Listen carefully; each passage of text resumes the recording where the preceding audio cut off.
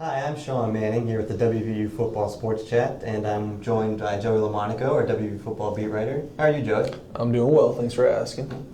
WVU takes on Texas this weekend. Two teams that are trying to get on track. WVU had a win last week, but the Longhorns have expected excellence, and they haven't really gotten that the past few years with Charlie Strong. And then Dana Holgorsen here at WVU trying to right the ship too. Would you say the losing coach this weekend could possibly be on the hot seat? Not necessarily. I think when you look at Charlie Strong's situation in Austin, it's Texas. The expectations are going to be accelerated because it's Texas. You're going to get 4- and 5-star recruits. As you walk in the door, as you turn the doorknob to become that head coach, you're going to have 4- and 5-star recruits waiting in your office. So obviously they finished 6-7 last season. Texas did. They lost a bowl game, but barring catastrophe or scandal, Charlie Strong's probably going to get a third season. As for Dana Holgorsen, I mean, it's a great unknown. My personal opinion is that he deserves a 6th year because he oversaw this transition to the Big 12, and I don't think anyone could have really done it better. It was always going to be rocky. You look at Dana's record over his first 4 years in Morgantown, they're better than Art Briles' comparative stats were at Baylor. I just think he needs to hit on a quarterback, and I don't think it's time to make a change, but that's just my opinion. The Mountaineers, they ran for over 300 yards against Texas Tech last week, only completed 12 passes.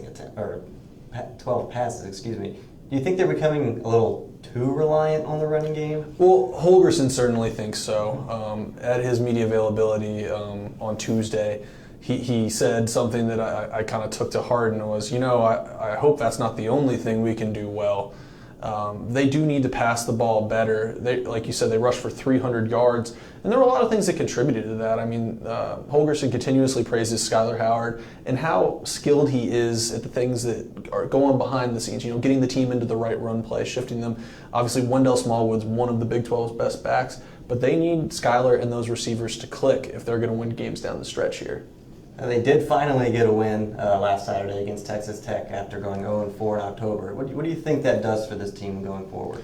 Man, the disparity in the atmospheres between Saturday night after they beat Texas Tech and really the whole month of October, it was staggering.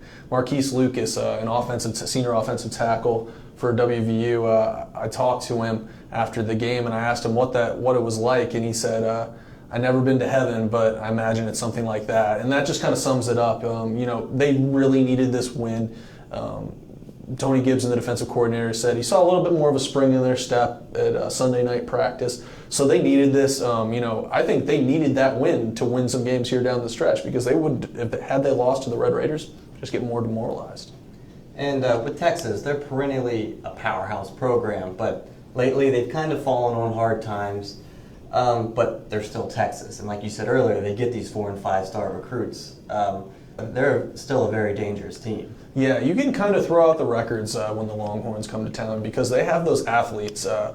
Dana Holgorsen calls them bodies. I don't really like reducing human beings to that, but he's right. The bodies are great with Texas. I mean, you're going to get kids who have skill and can turn it on at any point in time.